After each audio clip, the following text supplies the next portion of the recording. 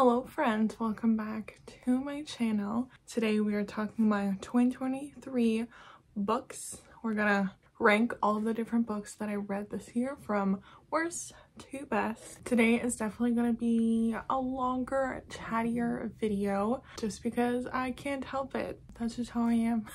But especially because we're talking about a lot of books today, so it's gonna be a little bit of longer ones. You know, either grab a snack or this would be the perfect video just to listen to if you're like cleaning or whatever. It is a beautiful sunny Sunday. I'm actually so happy it's sunny today. If you know anything, the weather in Toronto has been awful lately, but today it is really nice. We got my cat beside me. You might hear her snoring. But yeah, we're ready to just kind of like settle in and talk about a bunch of books. So to summarize my 2023 books, I read 16 books. We are going to talk about 17 today because I just finished the last book in a series and I wanted to include it in this video. My reading goal this year was 20 books and I didn't hit it, but I think I can hit it this year just because one of the books took me a really long time to read, and I also had 1 month where I didn't read at all, or like barely at all. Like I barely read in September. So I do think 20 books this year is manageable, but I'm getting ahead of myself. Let's get into what I read last year. Also, I group my series together because I really do think like if you're gonna read a series, you're gonna read all of the books. So I kind of consider them as one. So I technically have 13 spots on my ranking. So at number 13, I have The Fiery Cross. And this is technically at the bottom because I don't give it a rating. Like I said, I like to rate series together.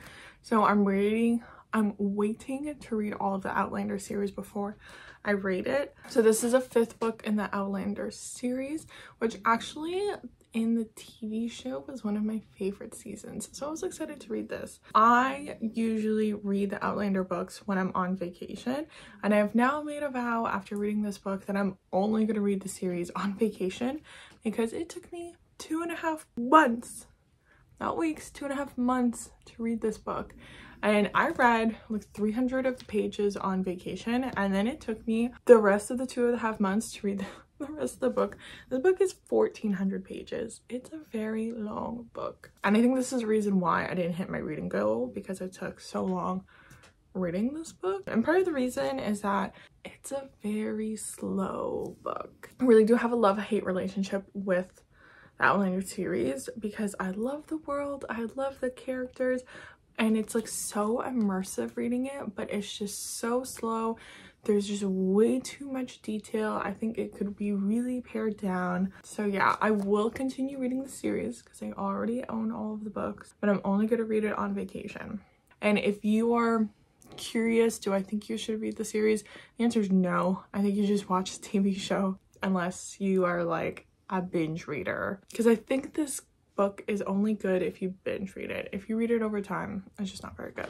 Now, like actually getting into it, at book number 12, we have All I Want for Christmas. I read 2 Christmas books this year because I've started to really enjoy reading Christmas books around the holidays because you're in the festive spirit.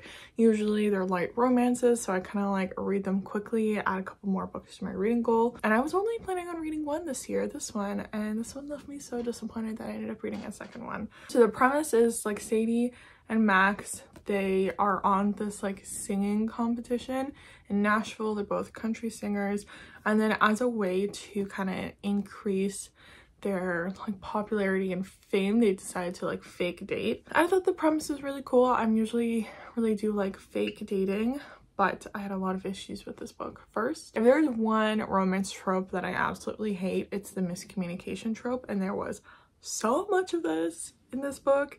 It was just like disagreement after like misunderstanding after miscommunication after another.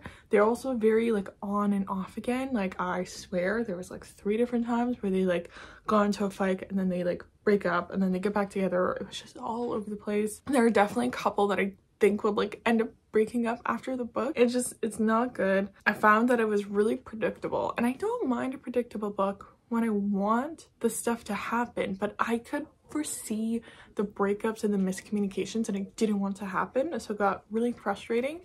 I also felt like the Christmas aspect wasn't like focused enough. It was kind of just like set at Christmas. Like, you know how like how Die Hard is like set at Christmas and it's not a Christmas movie, but some people said it is. This was kind of like how I felt. This story could have easily been not at Christmas and it would have been fine. There were two redeeming parts to the story. One was Sadie's relationship with this like other famous musician, like Tasha. Like, I thought they had a really nice friendship. And also there was a small part where they were in a cabin in Banff, and I thought that was really cute. I think there are way better Christmas books out there. I gave this 2.5 out of 5 stars because I was just really disappointed. Okay, now we're moving into the 3-star, which is definitely the most like popular section. This year was really just like a 3-star year for me in terms of books. So this is Queering. This is the first book I read in 2023, so I'm like a little foggy about some of the details. The two main characters are Imogen and Harry. Imogen is like this new girl to this job and Harry's a boss, and they work at this, their version of like BuzzFeed, but it's a lot more like feminist leaning. I don't know how you would describe it, but like a lot of it talks about like the news and the publishing industry. Like that's kind of like the wider setting. So a lot of it is about like Imogen and Harry's relationship with each other and like their like wider lives, and a lot of it is about like navigating like a really toxic workplace. This book was just a little bit too relatable for me when I was reading it because I was leaving a very toxic workplace. So, you know, sometimes it's not always fun to read something that's very relatable. I think this book had a really good idea and the characters of Imogen and Harry were really well developed, but the rest of it kind of just fell flat and didn't hit the mark. I think all of the side characters were underdeveloped, which is really sad because I think there was some potential with some of the side characters. I think the book was way too long-winded in some areas, or like there was like tangents that I was like, how does this like move the plot or like relate to things? It was kind of more just like there for the sake of like talking about it. One of the things I was really disappointed is that one of the things the book promises is that like Imogen is like a sex writer, so that's why she was like hired by the website to kind of like bring that to it. So I thought there would be like a really good like romance, but there wasn't. It was really just like sex for the sex of reading, for the sake of reading sex. There was no like emotional connections, there was no like romance, so it just like wasn't rewarding to read it.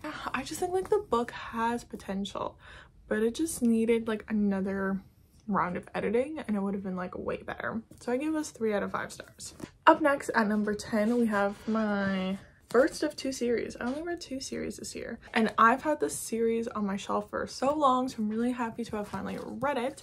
This is the LA Candy series by Lauren Conrad herself. If you didn't grow up in the 2000s and 10s, teenager, you might not remember this, but Lauren Conrad did publish books. She actually did 2 series. There was a sequel series to this.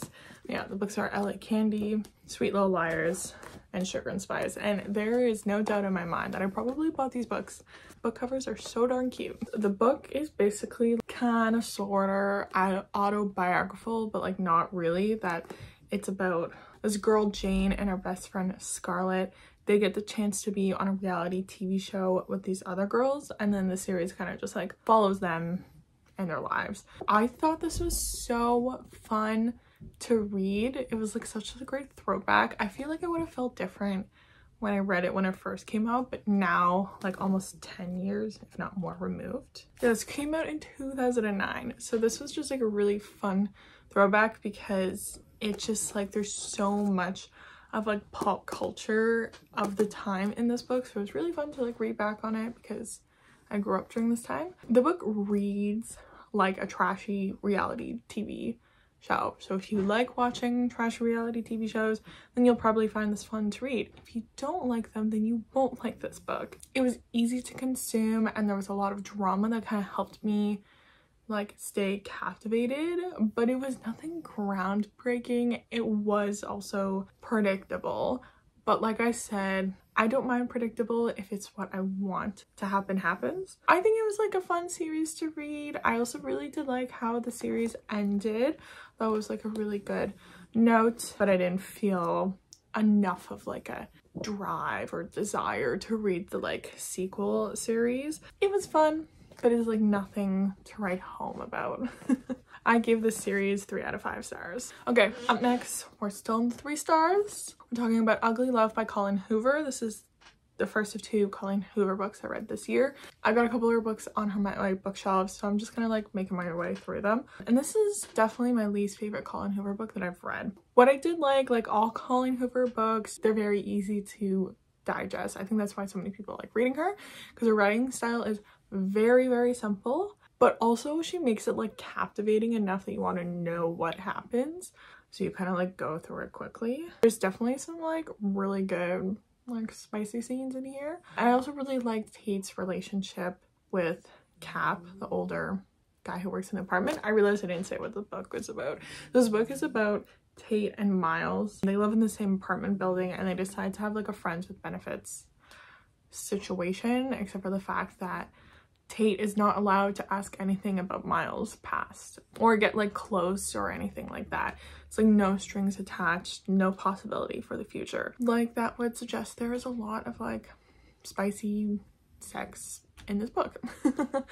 What I didn't like is that it's basically spicy sex scenes with like flashbacks to like Miles' previous relationship. There's not a lot of like building I find in between Tate and Miles' relationship. Also, there is so many red flags that Tate just ignores. There's just, Miles is like not a good guy. There's just like a lot of like toxic and drama, and it's just like, it's ugly to say the least. It was kind of fucked up. But not in like a dark romance sense. It was just weird. I don't want to like spoil it, but I would not recommend it. I think there's better books out there. This is not my favorite Colleen Hoover. I think the other Colleen Hoover book that I read this year is better, and I would recommend that one over this one. Up next, we've got my second Christmas book, and this was the second one I read.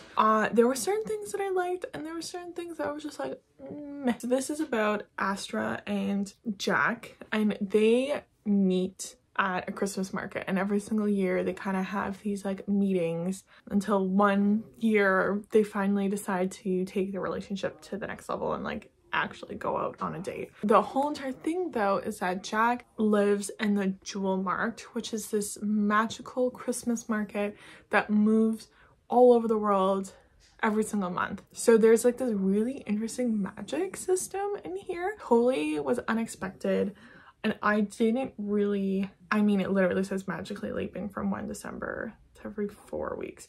Maybe this is my fault. I didn't really pick it up when I was reading the like back description, but it was a pleasant surprise to have this like magical element to my Christmas book. So I thought that was a really unique concept. Of Christmas vibes were just so good.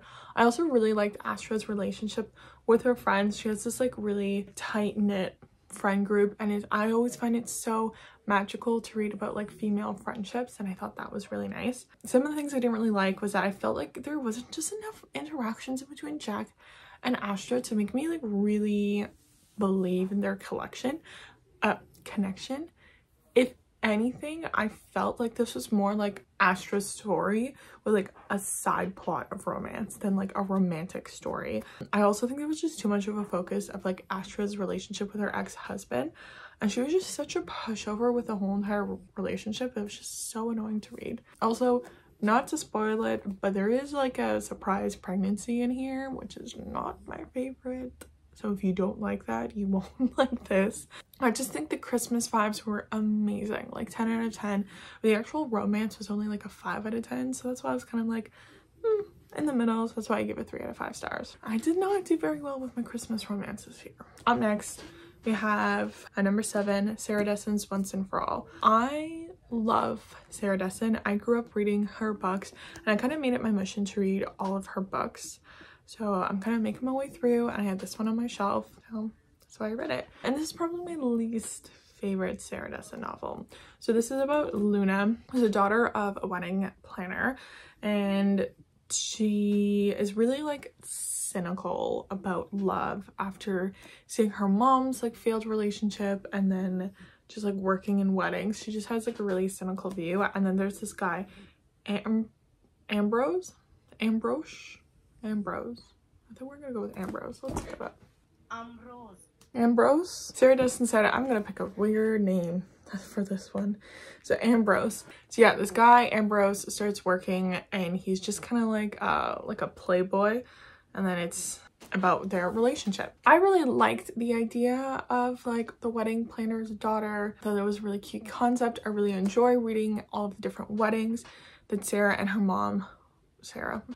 her mom worked at. And I also loved all the side characters. I thought they were really well done, really added to the story. One of the things I didn't really like is actually a good chunk of the novel is dedicated to Luna's past relationship and kind of like telling that story. So there's almost like 2 romances in this book, and I felt like it really took away from Luna and Ambrose's. I wish that some of more of that time had been dedicated to building their relationship, because I just didn't feel that really strong connection. Like for me, they felt like really good friends, but I didn't feel the romantic connection in between them.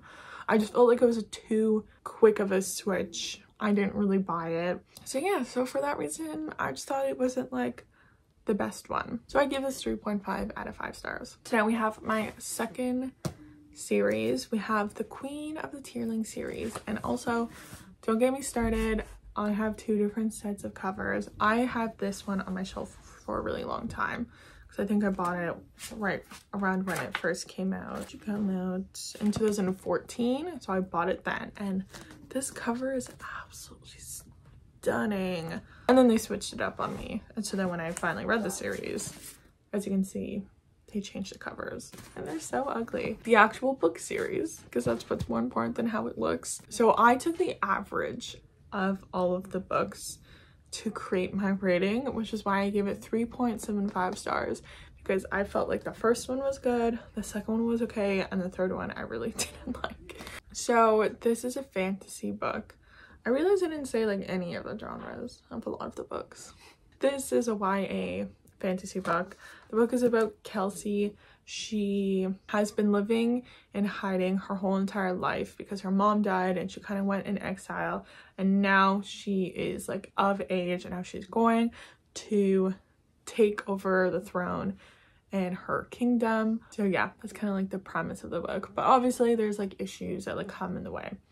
And one of the other things too is that Kelsey has always had this one sapphire, and then a part of her being able to go onto the throne, she receives a second sapphire, and then once she has the 2, now they start having like magical abilities. The first book, I thought the world is very interesting, and it's a lot more like political drama, which I actually really do enjoy. It's probably like one of my favorite things. I really do like more like a political drama situation, and there was just like a little sprinkling of magic, so I really enjoyed it. I thought the conflict was really like interesting and like what was like driving it forward. And I also thought Kelsey as a character was really refreshing, especially like during this time. There were so many like, I just want to be a normal girl, like I don't want all these responsibilities, and she was like, no, I have these duties, and she was very like invested in them, which I thought was really nice to read. Then we get into The Invasion of the Tearling, which is the second book, and that's when things kind of start to go downhill.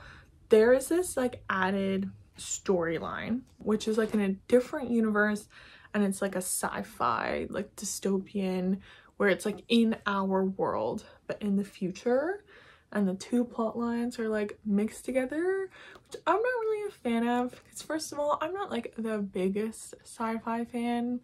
I like it every once in a while, but to have it like in with my fantasy book, I'm just like, this is a little weird for me. But otherwise, I felt like the book was fine. And then the last book, I just finished this, so it's fresh in my mind, and I really didn't like it. I felt like at this point there was too many storylines going on, that there was multiple points of view in between Kelsey and all these other characters, and I was just getting too confusing. And then I felt like by the end there was so many loose ends that didn't get wrapped up. The ending was so abrupt, and I also don't think it was good. Like I think this like story was like whole entire building, and I just didn't feel like the ending was like not only satisfying, but like I don't think every book needs to necessarily have like a lesson, but I felt like with this book, it didn't say anything that like someone could take and like learn and like apply to themselves, if that makes any sense, because I don't want to spoil it because it's like a really big thing. But yeah, I just wasn't satisfied by it whatsoever. I felt like Kelsey's character was all over the place. Like I like really liked her in the first book and I just couldn't tell who she was by the end of it. So yeah, overall I thought that the book series started off really strong but ended really poorly, which is why it was like 3.75, because it was like so like 4.5 stars, and then it went down and then went down. So I don't know if I would recommend this series, and this is why I rate series altogether, because I think a lot of people would enjoy the first book, but I think a lot of people would be disappointed by the end. And for me, like, I don't want to read a series and be like disappointed in the end, because then it almost feels like a waste. I know I rate this book like pretty high in my ranking, and I think it's because the beginning like really like lifts it up. But yeah, it's just a disappointing end. I mean, I guess on the flip side, a lot of people say like Game of Thrones, like the beginning was so good, but then like the end was like terrible. So like do with that what you will. And now another fantasy book. This is Rule of Wolves, which is a part of the Grishaverse. It's kind of hard for me to like say what the plot is, because this is the sequel to the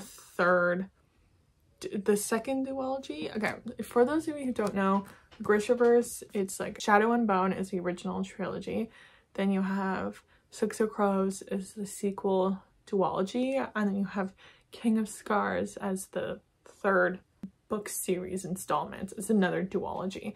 I read all of the other books at the same time, but I waited to read this book because I have all of my other books in paperback, so I had to wait a while for this to come into paperback, because if you couldn't tell from the last series, I like my books to match.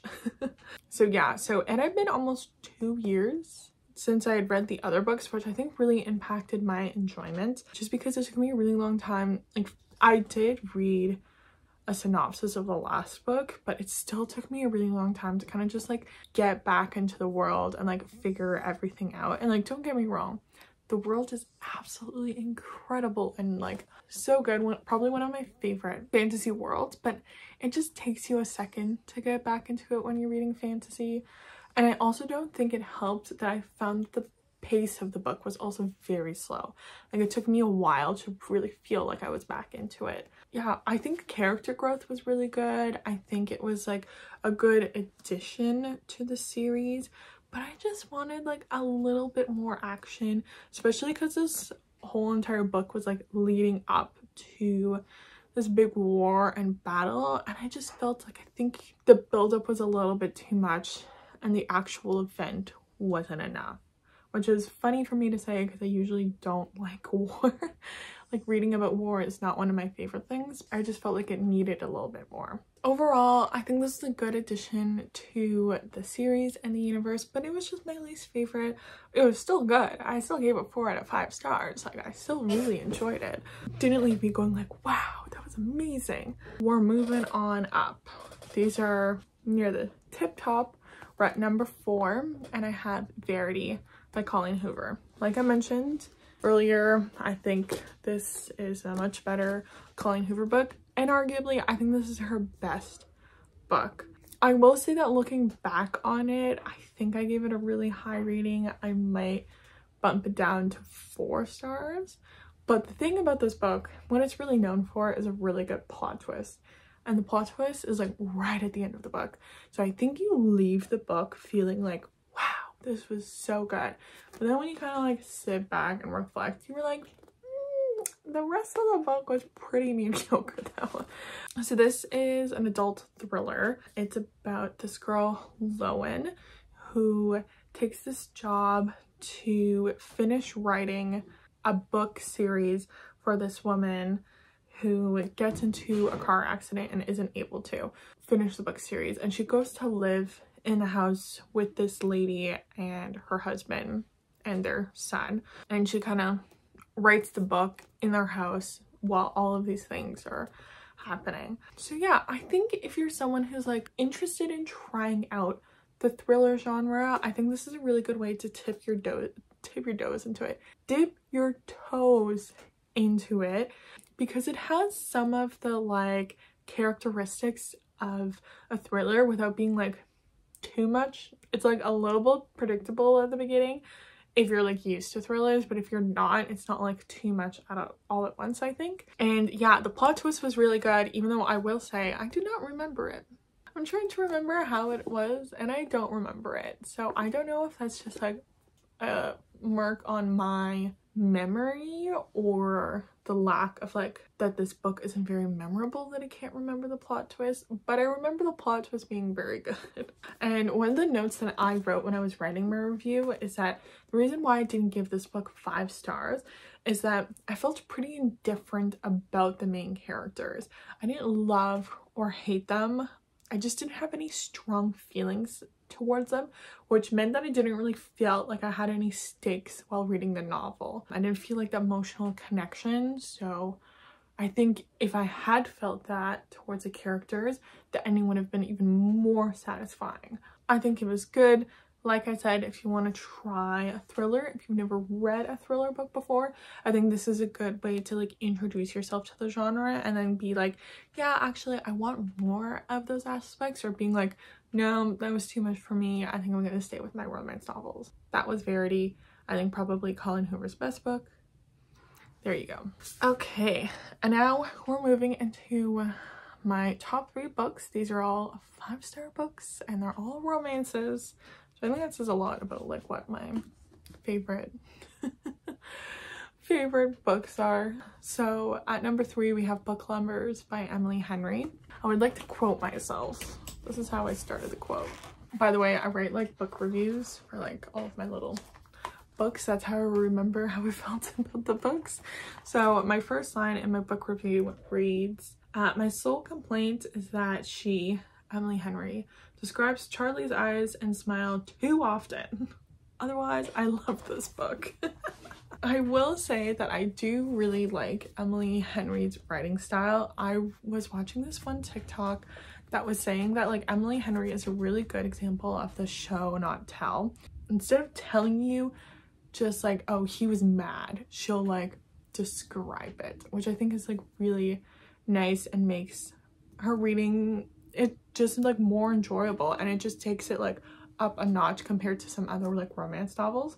I should probably tell you the synopsis of this book. So this is about Nora and Charlie. It kind of like plays on all of these like Hallmark tropes that like Nora goes to a small town. She's like your like big city like boss babe, and she goes to a small town, and instead of like having her small town romance, actually she falls in love with this guy Charlie, who is also a city slicker that works in the same like publishing world as she does. So I think it's like really funny because it kind of turns on its head the whole entire idea of like the girl going to a small town and falling in love with the small town guy, that like no, actually there is like someone for everyone, and the whole entire idea of like not opposite attracts but like and like together, if that makes any sense.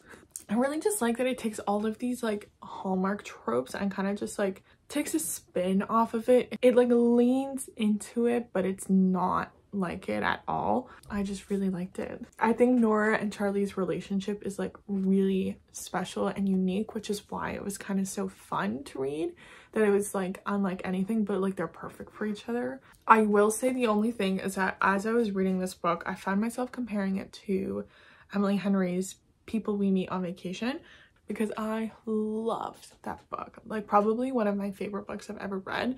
I think just because I related so much to the main character. So if I had to compare the two, I do think I like People We Meet on Vacation more, but I do think this was a really good Emily Henry book. It makes me excited to read some of her other novels. I do have her 2 other novels. I just haven't read them yet because I just feel like her books are just kind of like spring summery like vibes. Probably this year I'll read them. But yeah, I think if you want just like a good romance that's like a little different, this one's good. Up next we have Meet Me at the Lake by Carly Fortune, and oh my god, I heard so many good things about Carly Fortune in this book, and the fact that she's Canadian is even better, so I was really excited to read it, and this like really lived up to the hype for me. This is so fun to read too because this book is set in Toronto and Muskoka. If you don't know, I live in one of the suburbs of Toronto, and I've been to Muskoka so many times to go like to friends' cottages and like vacations and stuff. So I think that's one of the things that I like so much about reading this, is that I could so clearly picture in my mind where they were. And I don't know, I would have to ask someone. People get this feeling when they're reading books, like if they're from New York City, if they're reading a book set in New York City, if they feel the same way. Maybe just for me, because it never happens, this just felt so special. And I don't know, I feel like she really clearly described the setting. Now I would have to ask someone who's like not from around here if they like felt the same way, but I just felt like I could close my eyes and picture it, which was so fun. I also loved all the characters. I thought they were really unique and well built. Like, it didn't felt like cookie cutter in any way. It was like a smidge predictable, but like I said, I don't mind. When I want this stuff to happen, happens. I forgot to say the synopsis again. See, this is my fault because I didn't write any of the synopsis in my notes. So this story is about Fern and Will. They meet on like happen chance just as Fern is finishing university in Toronto. They have like an amazing day together, and she invites him to meet her at her family's resort the following year, and then he doesn't show up.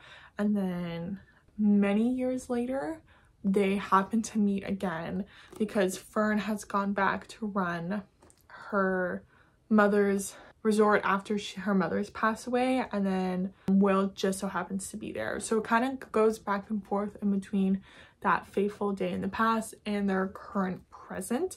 And sometimes when I have like two different timelines, I get annoyed, but I actually really do like the pacing of this.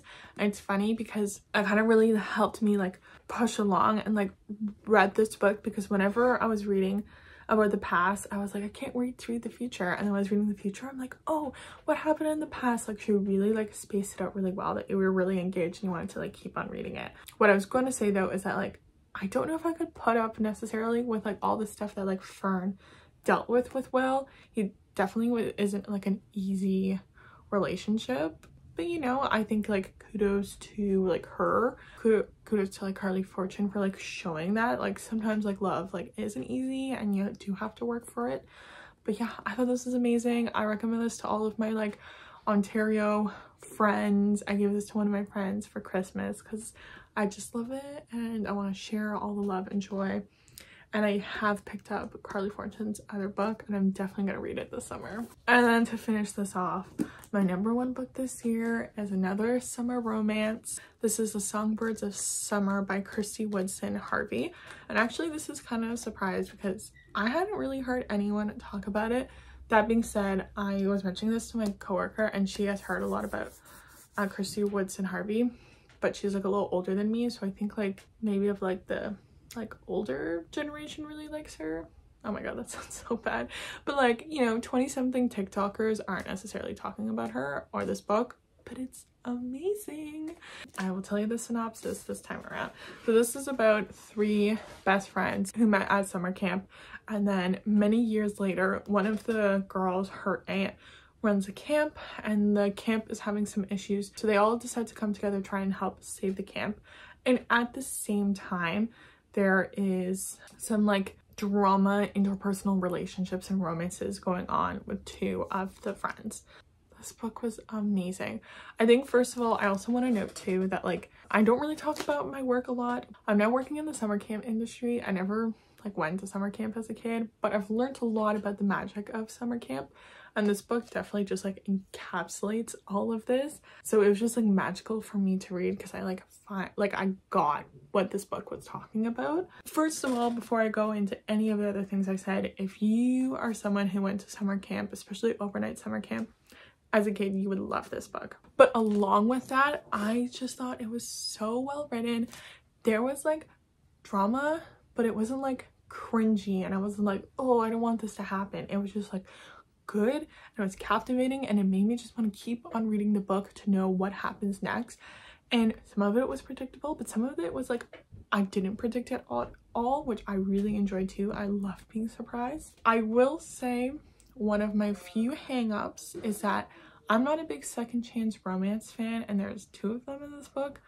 But despite not loving the trope, I actually really did enjoy it, which I think is even more a sign of how good this book is, because if a book makes you like a trope you don't like, then I think it's a really good book. Yeah, overall, I just felt like this book just felt like a warm hug, and it's one of the few books that like I remember everything. Like, I think I mentioned it a couple times. I just didn't remember some of the plot points of some of the books I read this year. Overall, I don't think this was like my best reading year yet. There wasn't a lot of books that really like stand out to me, and I think will stand the test of time in my like years of reading. But I think this one is one of them. This is one of the books that I've thought of since, that I remember all of the plots and I just really enjoyed. And I definitely think I will check out more of, oh, is it Christy? I think I've been saying Kirsty.